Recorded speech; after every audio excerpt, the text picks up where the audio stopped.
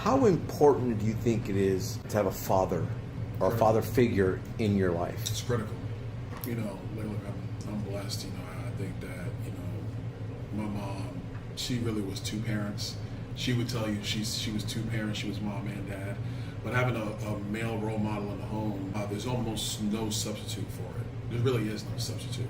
I think it does require mom and dad. Now watching, you know, my sons and how they're maturing and growing and coming into their own, I think you can see the leadership that does come from fathers in the home, working with, you know, that guiding, nurturing hand of mothers. And I think that, you know, God's design is the right design. You know, husband and wife, mother and father, raising their kids. Do you think that in the black community, you happen to be black, the lack of fatherhood, that male role model has, you know, led to a lot of incarcerations, a lot of issues with young men, young black men?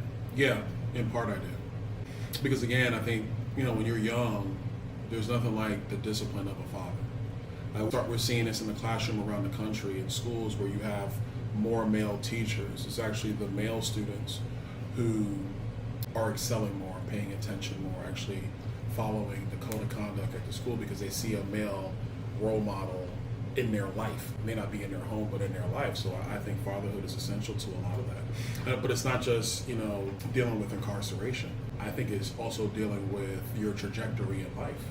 You know, having that male role model who is challenging you, helping you to kind of navigate the pitfalls of adolescence that as a young kid you just can't see.